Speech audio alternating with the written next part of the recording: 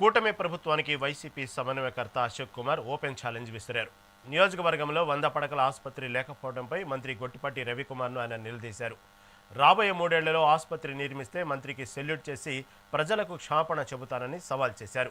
అలాగే భోగాపురం ఎయిర్పోర్టు విజయం వైసీపీదేనని అన్నారు. కూటమి నేతలు అనవసర ప్రగల్భాలు పలుకుతున్నారని అశోక్ కుమార్ విమర్శించారు. కూటమి ప్రభుత్వంలో ఉన్నటువంటి నాయకులందరూ ఒక వితండ వాదనని తీసుకొస్తున్నారు. అదేంటంటే 18 నెలల కాలంలోనే మేము ఈ భోగాపురం ఎయిర్పోర్ట్ని కంప్లీట్ చేశాము అనేది.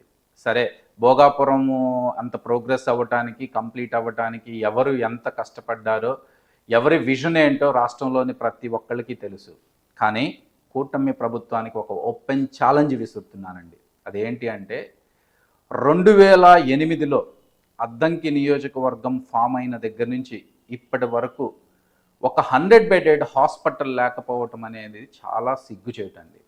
సాక్షాత్తు రాష్ట్ర మంత్రివర్గంలో ఉన్నటువంటి అదే అద్దంకి నియోజకవర్గానికి ప్రాతినిధ్యం వహిస్తున్నటువంటి గొట్టిపాటి రవికుమార్ గారు ఉన్నటువంటి అద్దంకి నియోజకవర్గంలో ఇంకా 3 ఏళ్ల టైంలో కనుక మీరు ఒక 100 బెడెడ్ హాస్పిటల్ కనుక తీసుకురాగలిగితే మీ ఆఫీసు ముందు నేను నుంచొని సెల్యూట్ చేసి ప్రజలందరికీ క్షమాపణలు కోరుకుంటానని తెలియజేస్తున్నారు.